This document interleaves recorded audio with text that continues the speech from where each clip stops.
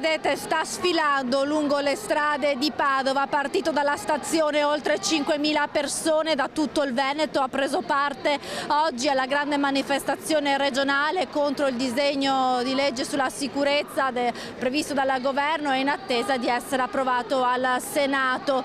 Oltre 120 le organizzazioni, le associazioni e anche i sindacati che hanno partecipato a questa manifestazione.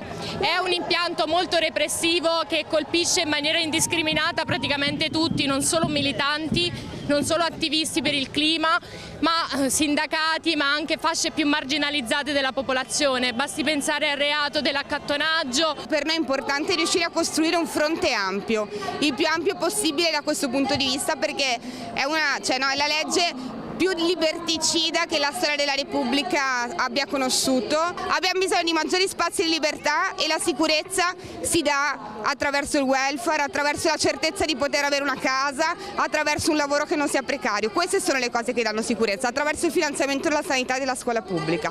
Per noi questo significa sicurezza. La libertà di dissenso, la libertà di protesta è quello che ha sempre spinto anche il Comitato No Grandi Navi, oltre all'amore per Venezia e per la sua laguna. Se questa legge fosse esistita anche 10 anni fa avremmo ancora le grandi navi che passano nel canale della Giudecca, non avremmo mai visto un movimento cittadino che ha portato 10.000 persone in piazza e avremmo ancora appunto le grandi navi che inquinano e che devastano la nostra laguna. Quindi siamo qua per difendere quello che è stato e quello che deve essere, ovvero appunto la libertà di poter protestare. Anche il sindacato di base ADL Cobas attacca il DDL sicurezza. Noi in questi anni tramite i picchetti, tramite gli scioperi siamo riusciti a portare fuori l'illegalità dei magazzini, indicando la strada anche alle forze dell'ordine alcune volte rispetto ai problemi del caporalato, dello sfruttamento, degli appalti selvaggi che ci sono nei magazzini, in particolare la logistica.